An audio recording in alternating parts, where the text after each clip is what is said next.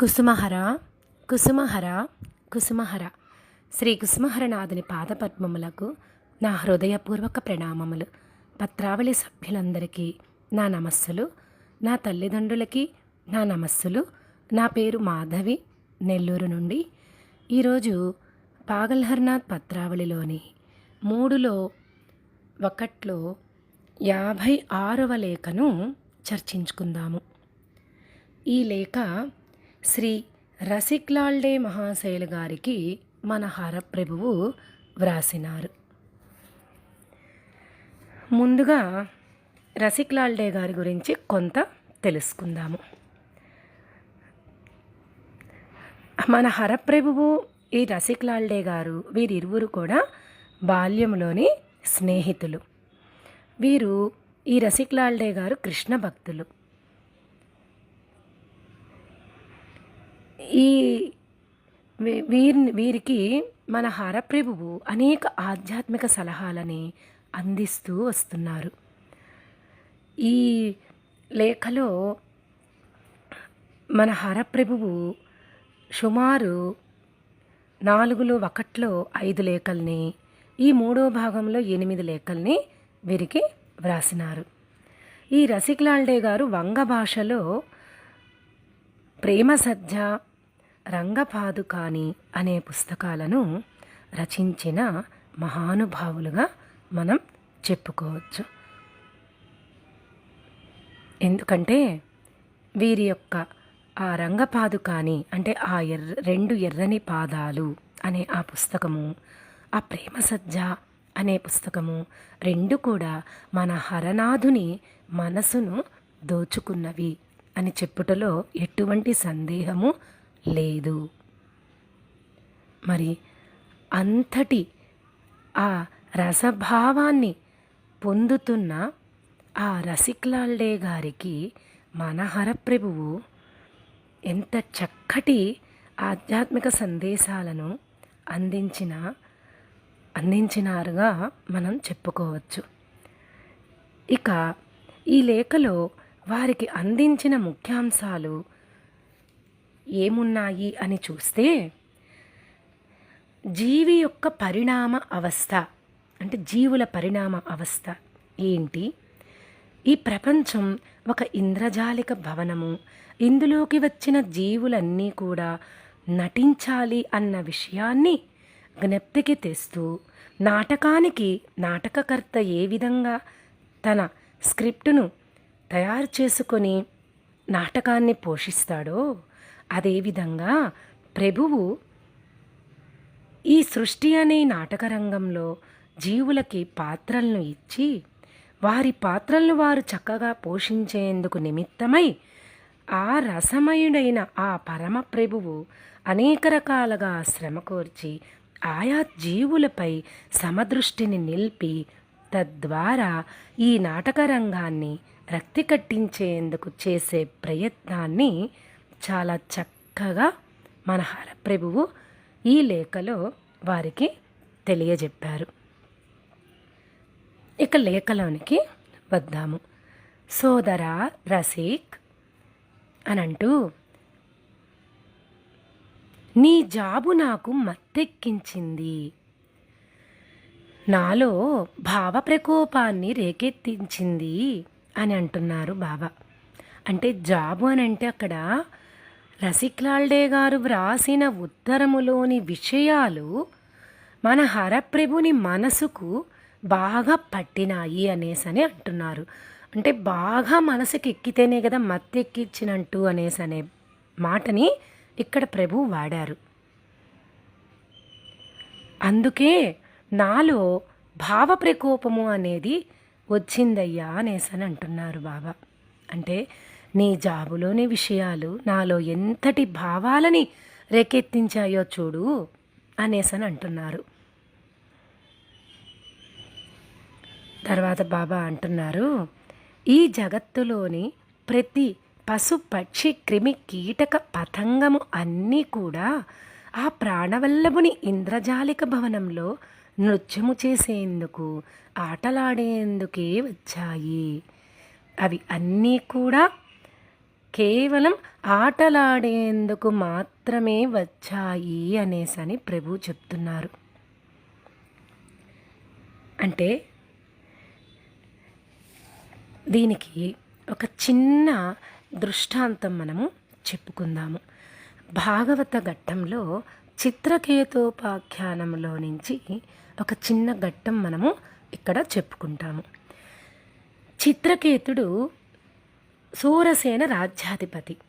ఆయనకి సంతానం లేదు. అయితే ఆయన ఒకసారి ఈ సంతానం కోసం ఒక యజ్ఞాన్ని ఏర్పాటు చేసినప్పుడు అంటే అంగీరస మహర్షి వచ్చి ఆ చిత్రకేతుని ఆదిత్యంతో అంగీరస మహర్షితో అతను అడగగా అతను ఒక యజ్ఞం ఏర్పాటు చేస్తారు. ఆ యజ్ఞం ఏర్పాటు చేసి త్వష్టదేవుణ్ణి ఉపాసిస్తారు. ఆ విధంగా అతను ఆ రకంగా ఆ యాగ నైవేద్యాన్ని తీసుకొని రాజు యొక్క పట్టమహిషికి ఇచ్చాడు. ఆమె గర్భం ధరించి ఒక మగ శిశువుని ప్రసవించింది. అయితే ఆ చిత్రకేతునికి మిగతా భార్యలు కూడా ఉన్నారు.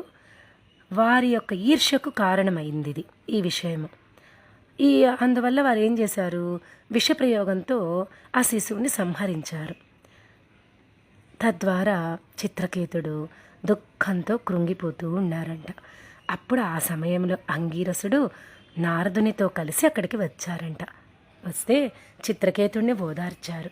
అయితే ఆయన ఎంత ఓదార్చినా ఆయన ఆ బిడ్డ గురించే దిగులు పడుతూ ఉండడం వల్ల నారద మహర్షి ఆ మృత శిశువుని సంబోధించి ఇలా అన్నారట, ఓ జీవుడా, దుఃఖంతో కుమిలిపోతున్న నీ తల్లిదండ్రులను చూడు.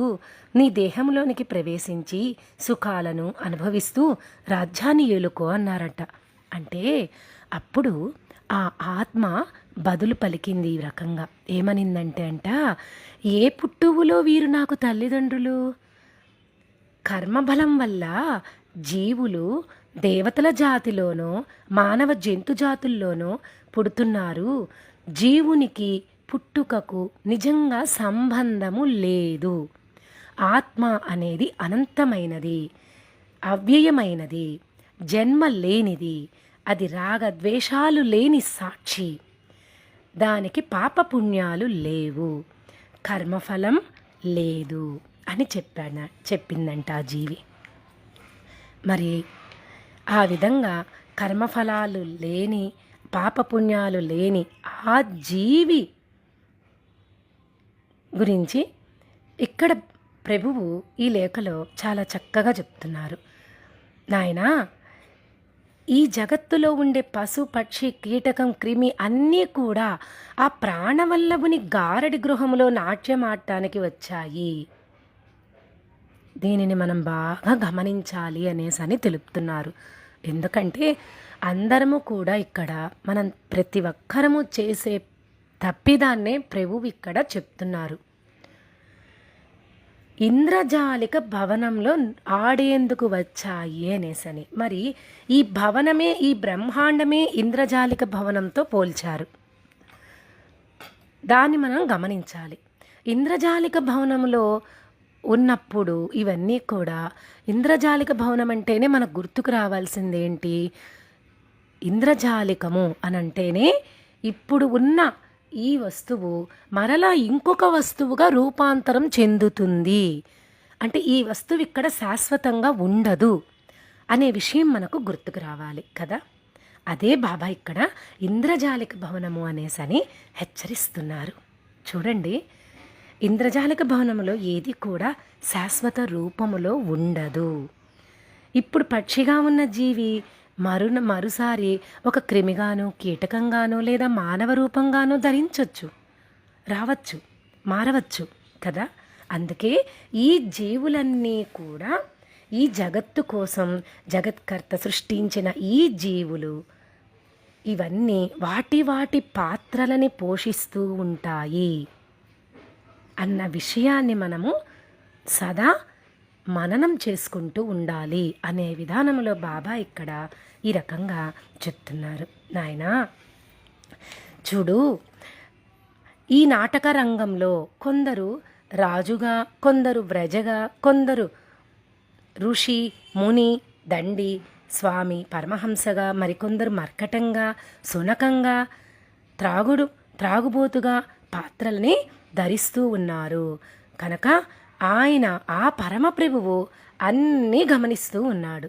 అందరి పాత్రలు ఆయనకి ఆకర్షణీయంగానే ఉన్నాయి. కనుక అందరికీ తగిన పారితోషకాలను ఇస్తున్నాడు. అవి మంచివైతే మంచి, చెడ్డైతే చెడ్డ. ఆ పారితోషకాలు, ఆ బహుమతులు అనేది ఆయన ఇవ్వడం అనేది జరుగుతూ ఉంది. మంచివో చెడ్డవో ఇస్తూ ఉంటాడు. ఆ విధంగా ప్రతి ఒక్కరూ ఆయన ఇచ్చే జీవితాన్ని పొందుతూనే ఉన్నారు అనేసని చెప్తున్నారు. అంటే ఈ జన్మలో మనము ఈ రకంగా ఈ పాత్రని తీసుకొని వచ్చింది ఈ జీవి. ఈ పాత్రను తీసుకొని వచ్చినప్పుడు ఇది పాత్ర అన్న విషయాన్ని గుర్తులో ఉంచుకొని, స్మృతిలో ఉంచుకుంటే ఖచ్చితంగా మనం ఇక్కడ నటించగలుగుతాము. అలా కాకుండా ఇది పాత్ర అన్న విషయం మనం మర్చిపోతున్నాం కనుకనే మనం జీవిస్తున్నాం కనుకనే మనం దుఃఖానికి కారణమవుతున్నాము. నిజంగా ఇక్కడ దుఃఖం అనేది ఏదీ లేదు అనే విధానంలో బాబా తెలుపుతున్నారు. దానికే బాబా మరింత వివరంగా కూడా 246వ లేఖలో మన కుసుమకుమారి తల్లికి వ్రాసిన లేఖలో కూడా ఈ రకంగా చెప్పారు. అమ్మ, ఈ సంసారం యొక్క సంబంధము స్వల్పకాలం మాత్రమే.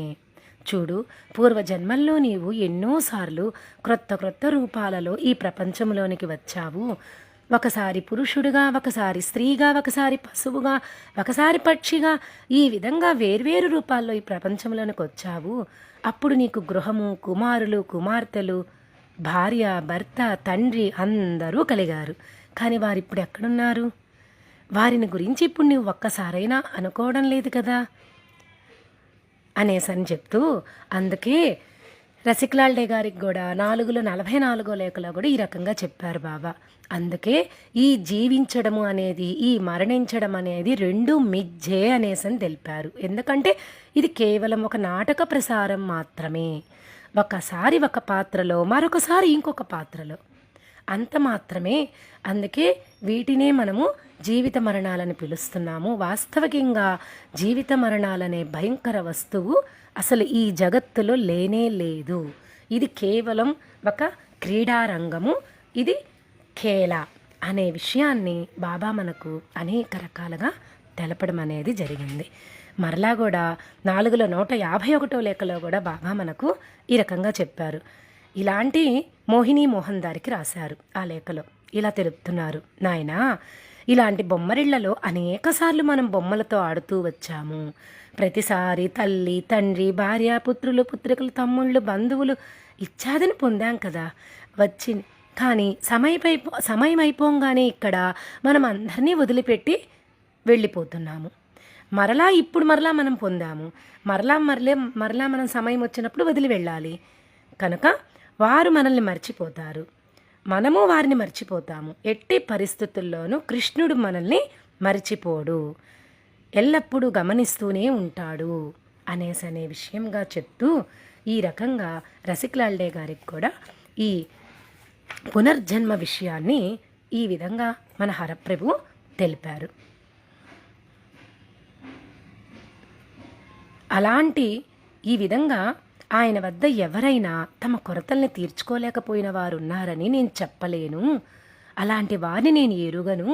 సోదరా రసిక్, నాటక ప్రదర్శన జరుగుతున్నప్పుడు ఆ నాటక సమాజానికి చెందిన ఒకడు పుస్తకం పట్టుకొని తెర వెనుక నక్కి ప్రతి నటుడు పలకవలసిన మాటలను, చేయవలసిన అభినయాన్ని చెప్తూ ఉండటాన్ని నీవు గమనించలేదా అని అడుగుతున్నారు.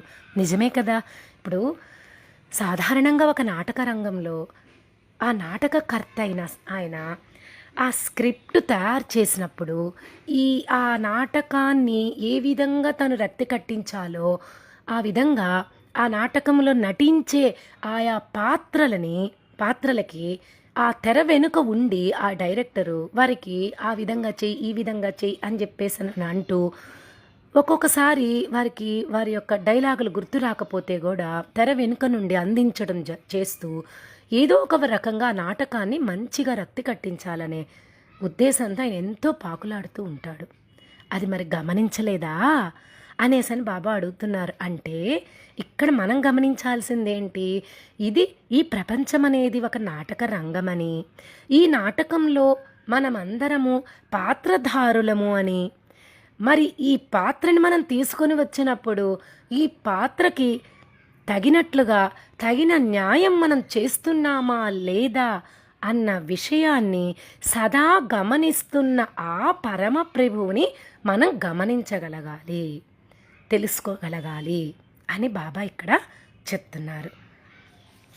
నాయనా, అతడే గనుక తెర ముందుకు వచ్చి నలుగురి సమక్షములో కనపడితే చెప్పడం మొదలు పెడితే ప్రదర్శన రసభంగమై నలుగురిలో నవ్వుల పాలవుతాడు.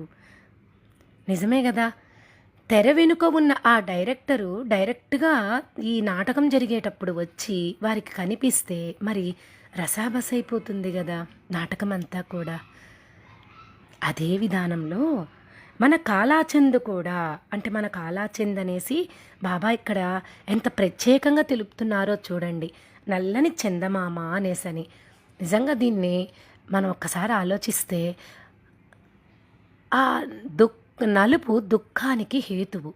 కానీ ఆ నల్లని చందమామ అని అంటున్నాడు. మరి మళ్ళీ చందమామ ఏం చేస్తుంది, మంచి వెన్నెలని తీసుకొస్తుంది. అంటే ఆ వెన్నెలని తీసుకొచ్చినప్పుడు ఆ నల్లటి చీకటిని పారద్రోలగలుగుతుంది కదా. అదే ఇక్కడ కాలాచంద్ అనేసని ఎంత చక్కగా చెప్తున్నారు. మరి ఆ నలుపోయిన ఆ దుఃఖానికి మనకు కారణమైన ఏదైతే దుఃఖానికి మనకు కారణమని మనం భావిస్తున్నామో ఆ దుఃఖాన్ని నివారించగలిగే ఆ నల్లని చందమామ, ఆ కాలాచందు ప్రతి ఒక్కరి మాటలను రహస్యంగా వింటూ మరిచిపోతే అందించుతూ ఉంటాడే కానీ తనకు తానుగా బయటపడడు అనేసని చెప్తున్నారు. మరి ఆ విషయాన్ని మనం గుర్తుంచుకోవాలి. అంటే ఇక్కడికి మనం వచ్చినందుకు, ఈ జీవి ఈ పాత్రని తీసుకొని వచ్చినందుకు, ఇది కేవలం పాత్ర అనే భావనని సదా మననం చేసుకుంటూ ఆ పాత్రని తగిన రీతిలో పోషించగలుగుతూ ఉంటే అప్పుడు మనము ఈ పాత్రకి న్యాయం చేసిన వాళ్ళం అవుతాము. అలా కాకుండా ప్రతిసారి మనము ఇక్కడ ఏం జరుగుతున్నా ప్రతి దానికి ఉబ్బి తబ్బిబ్బిపోవడము, ఆహాకారాలు చేయడము జరుగుతూ ఉండిందనుకోండి, అప్పుడు ఏమవుతుంది, ఈ నాటకం అంతా కూడా రసాబస అయిపోతుంది. మరి ఆ నాటకకర్తకి ఎంతగానో ఆ నాటకకర్త బాధపడిపోతాడు. ఆయనేమో డైరెక్ట్గా మనకు రాలేడు, చెప్పలేడు. ఆయన వస్తే ఒకవేళ డైరెక్ట్గా ఏమవుతుంది అని అంటే మాధుర్యమంతా మాయమైపోతుంది అనేసి చెప్తున్నారు. కాబట్టి ఈ కారణంగా నా ప్రాణనాథుని క్రూరుడని అనబోకు. చిన్న చిన్న వీటికి ఈ కారణాల చేత ఆ పరమ ప్రభువుని నిందించకు, క్రూరుడు అని అనబాకు.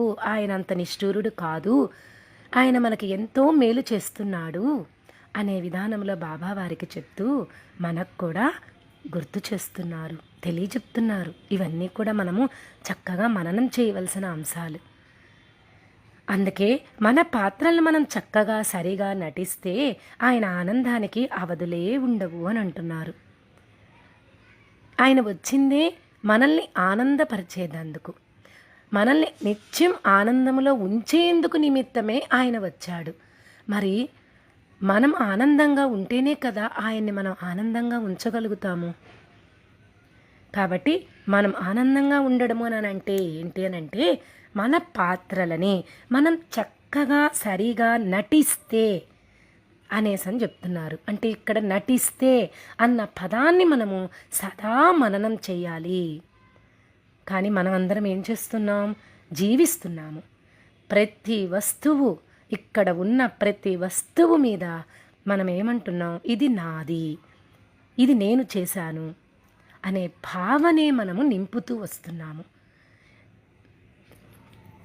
ఇది అంతా కూడా ఆ పరమాత్ముని యొక్క కేల కనుక, ఆ పరమాత్ముని కేలలోని ఈ పాత్రలం కనుక ప్రతి ఒక్కరితో ఏదో ఒక జన్మలో సంబంధం ఉండే ఉంటుంది అన్న విషయాన్ని మనము సదా గుర్తుపెట్టుకుంటే, అందుకోసమే బాబా ఎప్పుడు మనకు చెప్పేది, అందరిలోనూ ఆ ఆత్మని దర్శించగలిగే విధంగా తయారు కమ్మంటాడు, ఆ విశ్వప్రేమని చూపమంటాడు. ఎందుకంటే జగత్తంతా కూడా కృష్ణమయము, ఇంకోటి లేదు అనేసనే చెప్తాడు. మరి ఇదంతా కూడా అదే కదా. కనుక ఆ విధంగా మనము నటిస్తే ఆయన ఆనందానికి అవధులుండవు అనేసని చెప్తూ, ప్రదర్శన అయిపోయిన తర్వాత ఎన్నెన్నో బహుమతులను ఇస్తాడు అనేసని చెప్తున్నారు.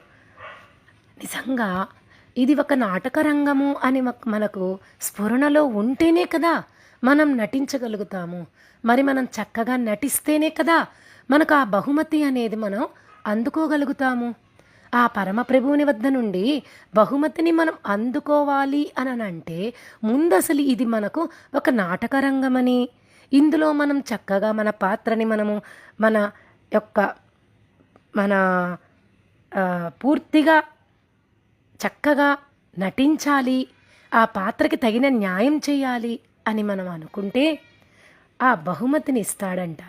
ఆ బహుమతిని మనం అందుకోగలుగుతాం. ఆ బహుమతి ఏంటి అంటే, బహుమతులనే మనం జీవుల క్రమోన్నతి, జీవుల పరిణామావస్థలు అని అంటాము అంటున్నారు. ఆ బహుమతి అంటే జీవుల పరిణామ అవస్థలు. అంటే ఇప్పుడు ఈ జీవి ఒక పక్షిగా ఉండిందనుకో, ఇక్కడ మంచిగా అది నటించింది అని అంటే తర్వాత దానికి మానవ జీవిగా వచ్చే అవకాశం ఉంటుంది. మానవ జన్మలో మనకిచ్చిన పాత్రని మనం చక్కగా నటించామనుకోండి, అప్పుడేమవుతుంది అంటే 4లో 2లో 167 లేఖలో బాబా మనకి ఈ విషయాన్ని చాలా చక్కగా చెప్పారు. నాయనా, ఇక్కడ నీవు గమనిస్తున్న సుఖము దుఃఖము అనేవి కేవలం నాటకములో పాత్రల నటనల వంటివి మాత్రమే. వీటినే నీవు నిజమని భావించి పట్టుకొని ప్రాకులాడావంటే పూర్తిగా మోసపోవడం తప్ప మరేమీ ఉండదు. కనుక ఇక్కడ మనకు ప్రభువు ఒక్కొక్కరికి ఒక్కొక్క పాత్రని ఇచ్చి ఈ రంగస్థలం మీదకి పంపి మనల్ని పరీక్షిస్తూ ఉంటాడు. మనం కర్తవ్యాలను చక్కగా నిర్వర్తించగలిగితే ప్రభువు మనకు ఇంతకన్నా ప్రముఖమైన పాత్రలను కేటాయిస్తాడు అనేసని చెప్పారు.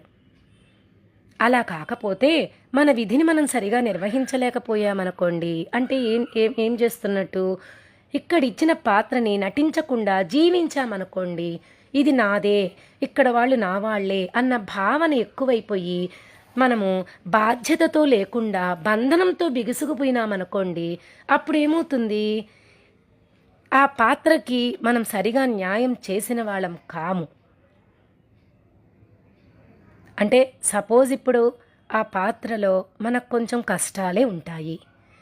ఆ కష్టాలని మనం చూసి ఏమనుకుంటాము, అబ్బా ఇవి నాకే ఎందుకు పెట్టాడు, ఇవి నన్నే ఎందుకు వేధిస్తున్నాయి అనే భావనలోకి వెళ్ళి నిరంతరము ఆ కష్టాలతో సతమతమైపోతూ ప్రభువుని విస్మరించి వీటిలో వెంబడే మనము పరిగిస్తూ అనేక రకాలుగా కొత్త కర్మల్ని తెచ్చుకుంటూ అటు ఇటు అయిపోయి ఇబ్బంది పడిపోతూ ఉంటాము.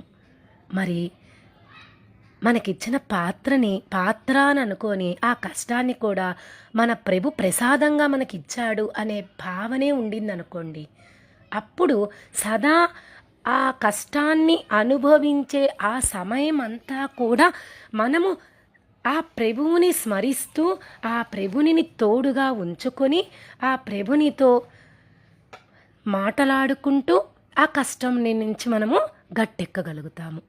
మరి దానికి దీనికి ఎంత వ్యత్యాసం ఉంది కదా, అదే మనకు బాబా చెప్తున్నారు ఇక్కడ. అందుకే ఒకవేళ మనము మన పాత్రని సరిగా నిర్వహించలేకపోతే ఇంతకుముందు ప్రసాదించిన ఆ కొంచెమును కూడా ఊడబెరుక్కొని ఇంతకన్నా హీనమైన స్థితిలోనికి నెట్టివేస్తాడు అనేసని చెప్తున్నారు. అందుకే బాబా ఈ రకంగా ఆ విషయాన్ని తెలియపరుస్తూ, సోదరా, మరి మన నల్లని వాడు క్రూరుడేమో, ఇప్పుడు చెప్పు. బాగా నటించలేని వారికి కూడా జీతం ఇస్తాడు.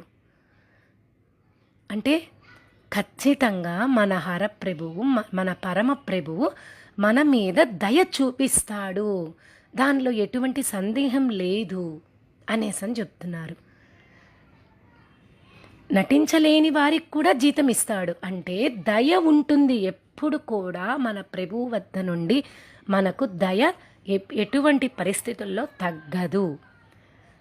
కానీ మనము మన ప్రభుని ఎడల, మన ప్రభుని కోసమే మనం జీవించాలి అనే విధానంలో మనం తయారైనప్పుడు మాత్రమే మన ప్రభుని కృపకు మనం పాత్రులమవుతాము. తద్వారా మన జీవ పరిణామ అవస్థలో చక్కటి మార్పు అనేది జరుగుతుంది. అందుకే బాబా ఏమంటున్నారో చూడండి. అంతేకాదు, తానే స్వయంగా గురువులను నియమించి చదువు చెప్పిస్తాడు. అది అంటే బాగా నటించలేని మనబోటి వారికి జీతం ఇవ్వడం అంటే దయ అని. ఆ దయ అంటే ఏంటి? ఇక్కడ దయ ఏ విధంగా చూపిస్తున్నాడు? ఒక గురువులను నియమిస్తాడంట, మనకు ఉపాధ్యాయులను ఇస్తాడు. అంటే మనల్ని ఇక్కడ శిక్షించడు. శిక్షణ అనేది శిక్షణా తరగతులని మనకు ఏర్పాటు చేసి దానికి తగిన ఉపాధ్యాయులు అనే గురువులని మనకు నియమించి చక్కటి ఈ ఆధ్యాత్మిక విద్యని మనకు చెప్పిస్తాడట. శిక్షకులకు పాఠాలకు అయ్యే ఖర్చు అంతా అయిందే. ఏముంది ఖర్చు? ఇక్కడ మనకు కనిపించే ఖర్చు ఏమీ ఉండదు. అంతా ఆయనే చూసుకుంటాడు, ఖర్చంతా ఆయనే పెట్టుకుంటాడు. అంతేకాదు, వారికి మంచి మంచి పనులను అప్పగిస్తాడు అనేసి అంటున్నారంటే చక్కగా నటించే సత్కర్మలు చేసే అవకాశం కలిగిస్తాడు అనేసి చెప్తున్నారు. అంటే మరి ఆ పరమప్రభు దయామయుడు కాదా? నిజమే కదా. ఎంతటి దయామయుడు అన్న విషయం మనం అడుగడుగునా మనము గుర్తించగలగాలి.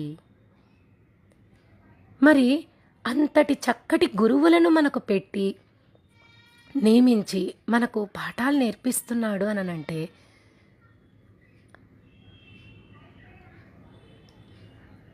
అటువంటి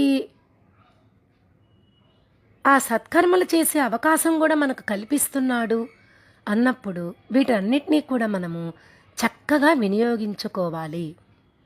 ఆ సత్కర్మలు అనేవి మనకు ఎప్పుడు కలుగుతుంది? సత్కర్మలు చేసే అవకాశము అంటే మనము ఆ పరమప్రభువునికి దగ్గరికి చేరేందుకు నిమిత్తమే ఈ సత్కర్మలు చేసేందుకు అవకాశం అనేది ఇస్తాడు. అందుకే వీటిని మనం చాలా జాగ్రత్తగా మన యొక్క ఈ సాంసారిక నడవడికలో మనం వాటిని గుర్తించి వాటిని త్రోసిపుచ్చక అటువంటి సత్కర్మలని నిష్కామ కర్మగా చేయగలిగి కేవలం ఆ ప్రభునివే ఇవన్నీ కూడా, మన పని అంటూ ఏమీ లేదు. ఎందుకని? సర్వము ఆ కృష్ణమయము, ఆ కుసుమహరణమయము. మన స్వంత పని అంటూ ఏమీ లేదు అన్న విషయాన్ని మనము గుర్తుకు తెచ్చుకుంటూ దాన్ని మననం చేసుకుంటూ ప్రతి ఒక్కటి ఇక్కడ చేసే ఈ సత్కర్మలన్నీ కూడా నిష్కామ కర్మలుగా మనం చేయగలిగి ఆ ప్రభుని పాదపద్మముల వద్ద సమర్పించగలగడమే మనం చేయవలసినది. మన కర్తవ్యం అదే అనే విధానంలో బాబా చెప్తూ, సోదరా, నా యజమాని ఎంతటి దయామయుడో చూచావా? మరి ఆయనని నిష్ఠూరుడు అని అనబోకు. చూడు, ఒక వ్యక్తి కళ్ళ నిండా నీరు తెచ్చుకొని హా కృష్ణ, హా ప్రాణవల్లభ అని తాను ఏడుస్తూ, అంటే ఏడవడం అంటే ఏంటి? ద్రౌపది వేషం ధరించి ఆ విధంగా ఆ వ్యక్తి ద్రౌపది వేషం ధరించి హా కృష్ణ, హా ప్రాణవల్లభ అని ఏడవడం అంటే నిజంగా ఏడవడక్కడ. ఆ ఏడుపు నటిస్తూ ప్రేక్షకులను కూడా ఏడ్చేటట్లు చేయగలుగుతూ ఉండేటప్పుడు ఆ సమాజపు అధిపతి తటాలున బయటకు వచ్చి ఆ నటుని చుబుకం పట్టుకొని ఒక ముద్దు పెట్టుకున్నాడే అనుకో, ఏమి జరుగుతుంది? రసస్థాయికి చేరిన గానానికి నటునకు అంతరాయం కలగదా? బాగా ఆలోచించి చెప్పు. అందుకే కనిపించాలని ఉన్నా మన కృపామయుడు అన్ని వేళల్లోనూ తనకు తానుగా కనిపించడు అనేసని బాబా ఎంత చక్కటి ఉపమానంతో చెప్తున్నారో చూడండి. నిజమే కదా. ఒక నాటక రంగంలో ద్రౌపది వేషం వేసిన ఒక వ్యక్తికి అంత ఆ వ్యక్తి అందరినీ ఆకట్టుకున్నప్పుడు ఆ స్క్రిప్ట్ రాసిన ఆ డైరెక్టర్ వచ్చి వెంటనే అతన్ని ముద్దు పెట్టుకుంటే ఎంత అవే అది రసాభాస అయిపోతుంది కదా. ఆ రకంగా ఆయన ఎప్పుడూ రాడు, మన మధ్యకు రాడు. ఆయన చాలా కృపామయుడు, అన్ని వేళల్లోనూ మనకు కనపడడు. అంత మాత్రాన అతన్ని మన నిష్ఠూరుడు అనేసని అనకూడదు అనేసని బాబా వారికి తెలుపుతూ, సోదరా, మన నల్లని వాని రూపము ఈ జగత్తునే మత్తెక్కిస్తుంది. మొట్టమొదట చెప్పినట్టు రసికలాల్డే గారి ఉత్తరము మన హరప్రభువుని ఎలా మత్తెక్కించిందో, మన నల్లని వాని రూపము ఈ జగత్తునే మత్తెక్కిస్తుంది అనేసని చెప్తున్నారు. అంటే ఈ జగత్తు అంతా కూడా కేవలం ఆయనే నిండి ఉన్నాడు కనుక ఆయన రూపము ఈ జగత్తునే మత్తెక్కిస్తుంది. మరి ఆయననే మత్తెక్కించే సౌందర్యం మన రాధా సౌందర్యము కనుక స్థావర జంగమముల కంకాళ దేహములకు, అంటే అస్థిపంజరముల వంటి ఆకారములకు, వాటి రూపములకు, అస్థిపంజరానికి పైన ఉండే ఆ సౌందర్యానికి ఏ సంబంధమైతే ఉన్నదో ఆ సంబంధమే కృష్ణునకు రాధకు ఉన్నది అని చెప్తున్నారు. అంతే కదా. అంటే అస్థిపంజరము అంతా కూడా కృష్ణుడైతే దానికి ఉన్న ఈ రూప లావణ్య, ఈ సౌందర్యం అంతా కూడా రాధాదేవి. అందుకే కృష్ణుడు లేంది రాధ లేదు, రాధ లేంది కృష్ణుడు లేడు, ఇరువురు ఒక్కటే